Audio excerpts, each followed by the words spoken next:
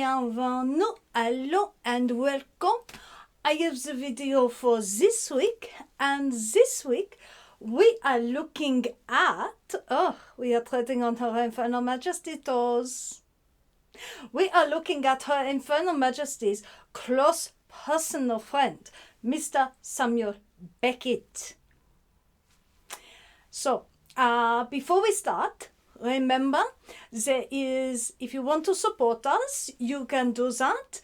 There is our shop where we have our books and writing services. There is also our Redbubble shop where we have over 100 designs. Also, if you want to support us, but parce que you don't, for some reason, want to spend any money, like, subscribe, comment, and share. Those cost you nothing and are really important. So, we are treading on Her Infernal Majesty toes. Now, I do not think this is a bad thing. Mais why? Because Her Infernal Majesty only does plays. And Her Infernal Majesty's close personal friend, Mr. Samuel Beckett, also wrote novels. And that is what I am doing. I am looking at his second novel, his third published piece of prose. His first novel, not exactly. His first novel got cannibalized for his second, his first series of short stories, and then a lot for this book is. This is from my big Beckett box. This one is Murphy.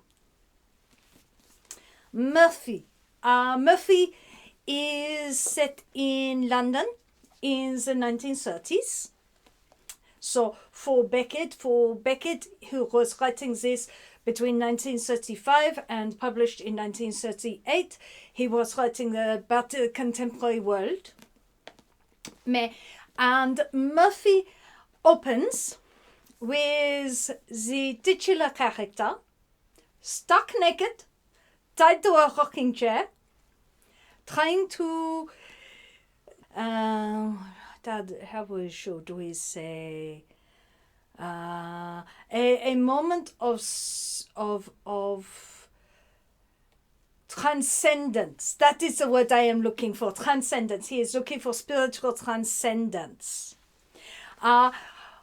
We also discover a young lady named Cecilia Kelly, and Cecilia Kelly is beloved of Murphy, and Murphy loves her. Cecilia Kelly is a prostitute, and her parents are dead, and she lives with her old grandfather, who likes to fly kites in the park, and who has no problem with her working as a prostitute. She goes to Murphy. She would like to marry Murphy, but Murphy needs to be able to earn a living, because one cannot spend one's life naked tied to a rocking chair seeking transcendence. Can one? Well, not according to Celia. So Celia goes to visit with Murphy, and she discovers him still naked, still tied to the rocking chair, but now the rocking chair is on top of him. He rocked a little hard. Anyway, Murphy eventually accedes to her insistence that they move and find themselves another place to live, and have Murphy find himself a job. Because Celia does not feel that she can continue in her work if she is to be the wife of Murphy. So she has taken up her savings, and Murphy's unique arrangement with his landlady and his uncle in Holland. His uncle pays his rent, and the landlady pretends the rent is a little bit higher and gives Murphy what is left over. This is how Murphy has been living. But this will not keep our husband and our wife. So He must get himself a job. We also meet Neri, who is the man who has been teaching these spiritual practices to Murphy. He is his great teacher. Neri's claim to fame is that he can, at will, stop his heart. Neri is also in love with Cecilia. And he is so despairing at Murphy having won over Cecilia that he is ready to kill himself by beating his head against the statue of the Celtic hero Chuan in the GPO. He is taken away by Wiley to a coffee shop where he unburdens himself of all his great griefs. Wiley is also becomes enamored of Miss Colquhoun, who is also a former innamorato of Murphy and would like to be again and would like to be his wife. Miss Colquhoun is independent means. Wiley would like this because Wiley has no means. So, Neri sets Wiley and Miss Colquhoun and Cooper, his servant who has left his service but is willing to return for some reason. I can't remember. He does return to it. He is found. Oh, he was drinking. That is why he has disappeared. He was drinking and then he returned. And these three track down Murphy. Or at least I think they do.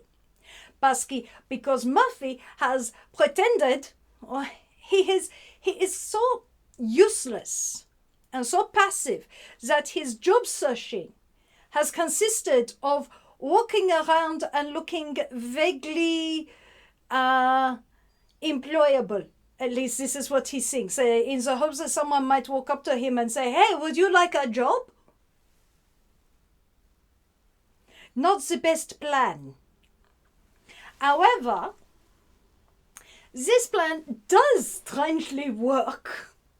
When over lunch he meets his friend Ticklepenny. Now, Ticklepenny had a job as a bottle washer and cleaner at a mental asylum. No, it is not a mental asylum because that is not a public one. It is a private mental hospital. And he has recently been promoted to wardsman, and he has been doing it for only a week, and he cannot get paid unless he does an entire month. But he is so desperately unhappy doing this job that he is willing he is not willing to lose the pay, but he feels he will go mad if he spends any more time in the ward with the mad patients. And so he suggests to Murphy that Murphy take his place. This is a very odd book. Murphy does do this and does take his place. Now, the head nurse, the male nurse on the ward, the head male sister, is called Bom. And Bom loves Mr. Ticklepenny. And Mr. Ticklepenny, once returned to his world of bottle washing, is apparently happy to return the affections of the head male nurse, Mr. Bom. And so he is very happy. Murphy gets an attic room and is quite insistent on getting a fireplace in it. Meanwhile, Cecilia, at home, in their rented rooms, manages to finagle the upstairs room over the rooms that they are living in currently, when the upstairs neighbor kills himself with a razor. And she managed to finagle out this arrangement that they had with the previous landlady to get the room at a cheaper rent and to have the extra come to them. So she is very proud of herself having finagled this where Murphy could not. Mainly because she is willing to live in the flat of a suicide. So eventually Cooper tracks Murphy down via Celia, and then Murphy's friends, Neri, Wiley, Miss Colquhoun and Cooper all barrel up to Cecilia, who is all by herself, Murphy having taken his rocking chair to the asylum. In the asylum, Murphy, having transported his rocking chair to the asylum, discovers during the day that he preferred the day shift to the night shift.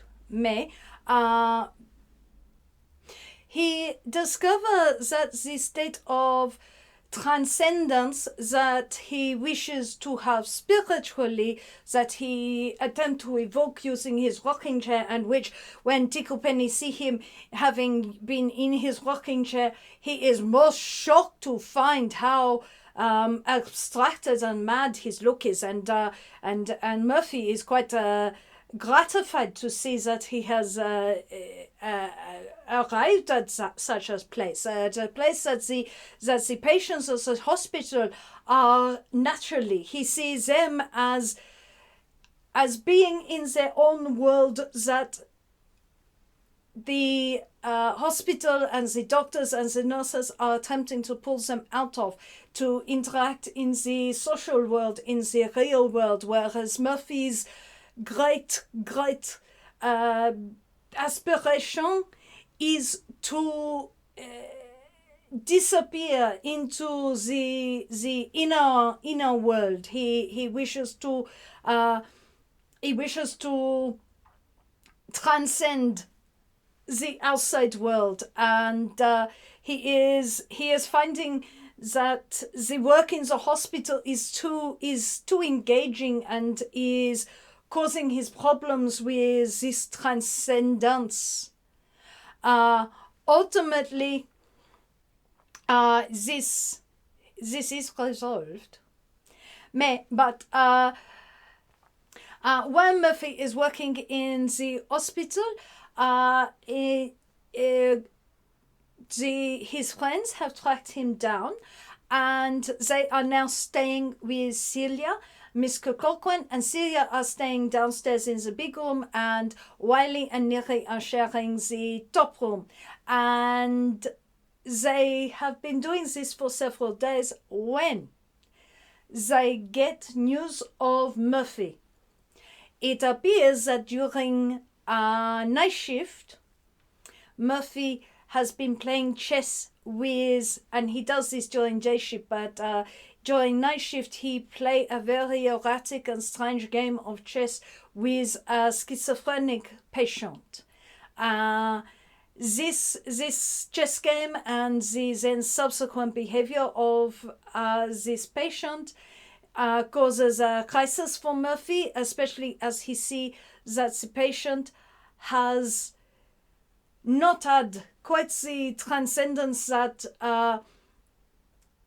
he thought that he had. He is still communicating with the world. He interprets this with the patient playing with the lights and the Judas shutters. So Murphy leave his. He gets the man back in his room, locks him in, and then leaves the ward and goes to his room, stripping off his clothes as he goes until he arrives in his room. And that gas heater that he was so insistent that he needed to have, well, he is immolated. I know, it's shocking. He sees this as the ultimate transcendence of his physical being. Now, his friends and his fiancée are still there, and they are relieved of this, waiting for Murphy when the doctor comes. And the doctor comes and says, "We need you to come to identify this body," and they come and they are. It is Celia who recognized him from Port wine stain on one buttock. Murphy's request of his remains is that they be taken to a particular theatre in London and flushed down the lavatory. This, however, does not happen because after he is cremated, his remains are given to Cooper, who drops them or throws them as somebody in a bar, and they get scattered all over the floor and swept away with all the other refuse. Which is probably somewhat similar to flushing him down the toilet anyway, so I don't think he could be too concerned. I think that his desires show how his contempt for the outside world, the physical world, that he has his remains are of no value now that he has fully transcended. So we are left at the end with Celia again with her grandfather flying a kite in the park. And if you think that is not much, no, it is not much. The book is 168 pages in this. So 168 pages exactly. I started reading this and I thought it is 13 chapters, 168 pages. I thought, it's 168 pages. I've read short books like that. I could get that done in a short amount of time. No. This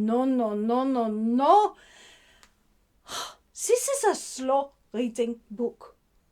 This is a très slow reading book. I have spent 2 days really sitting down and forcing myself to read more than one chapter at a time, which is hard.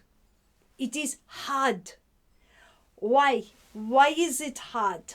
Well, part of the reason is that Murphy is a highly experimental novel. It is Beckett wished to remove as much as he possibly could representational writing. There is description, but it is very minimal. The dialogue is very Beckett. It is the kind of dialogue that you would later see in his plays. It is not a novel like you would expect. Now that plot, if you thought that plot looked pretty skimpy, well, it is pretty skimpy. But that is not the point of the book. And it is not the point of the characters. A lot about the characters is very much about the strange inner landscape that these characters have. You are never actually bored while reading this book. It is quite a feat to do that. If you are looking for something that is truly experimental, then I think that you would like this. I find a lot of things that people say, oh, it's experimental, it's so strange, it's so unusual. Like the House of Leaves or some such. I heard a lot about various books and they say it's so experimental, it will blow your mind, and it is like, this is a conventionally written novel. This is a Chinese boxer structure. This is still just representational narrative writing. Oui, it has a twist. So does every crime fiction. It has a twist. You're not really sure. Unfooting your reader is not really that difficult. It is not difficile at all. Doing away with description. Creating a vivid portrait without really referencing the external. So that the reader is very much in the minds of these characters, and these are very strange minds of these characters. That is difficult. That is interesting. Beckett is the type of writer that you read after Joyce. You read Ulysses and you say, what else is like this? What else is like this? Because you look in at the modernists and you think, oh, they took just the easy to use bits of Joyce, the free and direct discourse. That is easy to use. That isn't hard. A first-year writing student can learn free and direct discourse very quickly. It is not that hard to do. And once you have seen it half a dozen times, it is like, okay, what else have you got? I'm not saying it's not effective, but it is one of dozens and dozens of interesting things that Joyce did in Ulysses. So when you are looking and thinking, well, what does experimental writing look like? What can it look like? And you're not really ready for Finnegan's Wake. Now, I have Finnegan's Wake. But Finnegan's Wake is... I am not there yet. I will probably get there eventually, when I have time. It took me many weeks to read 168 pages of experimental Beckett. How long do you think it take me forever to read Finnegan's Wake at the moment? I have lots of things on. But if you are after something experimental and you are not after Finnegan's Wake, then Beckett is probably a good place to look. Now, it is very much a challenge to what you expect the novel to be. What do you expect the novel to be? It was a failure as a book when it came out. It was a failure. In fact, that Beckett's failures as a prose writer, writer of novels, is part of what prompted him to move to the stage offering him, as he felt, more freedom than the novel, because even with his extraordinary experimentation, he still had to adhere to very rigid structures so that the whole did not fall apart. Then you go and look at his theatre, and his theatre is very different. Very different from anything else that is happening in the post-war period. Waiting for Godot does not look like anything other than Waiting for Godot. Endgame does not look like anything other than Endgame. And the theatre get more and more experimental after that.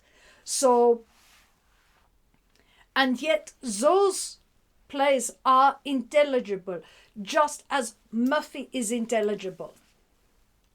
Technically, Murphy is taking place in London.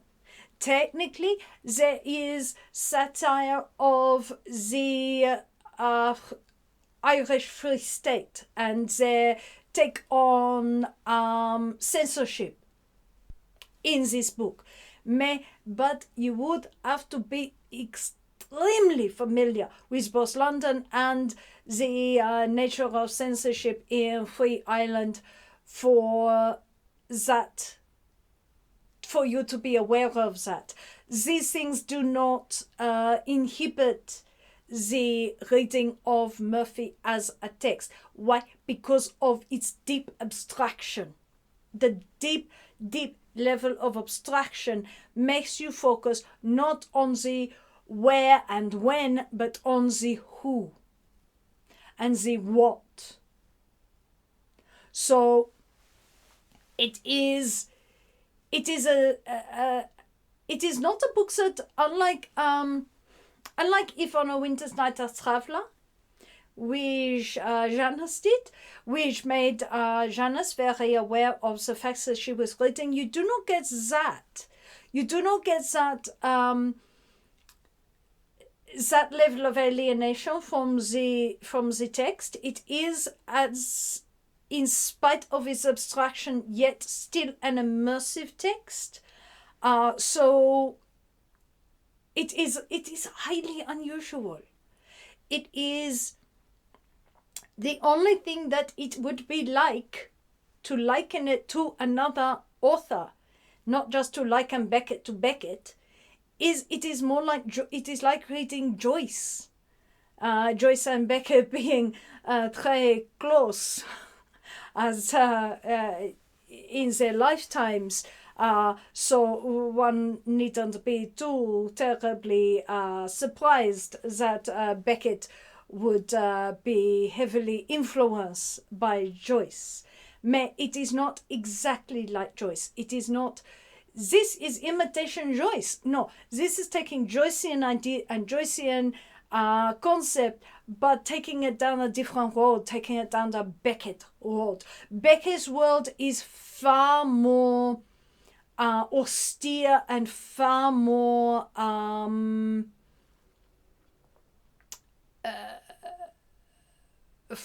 absurd than Joyce.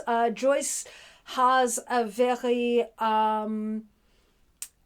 Catholic viewpoint, even though he also brought up in the faith, he was not necessarily terribly practicing of that in his adult life. Beckett is coming from Protestant Ireland.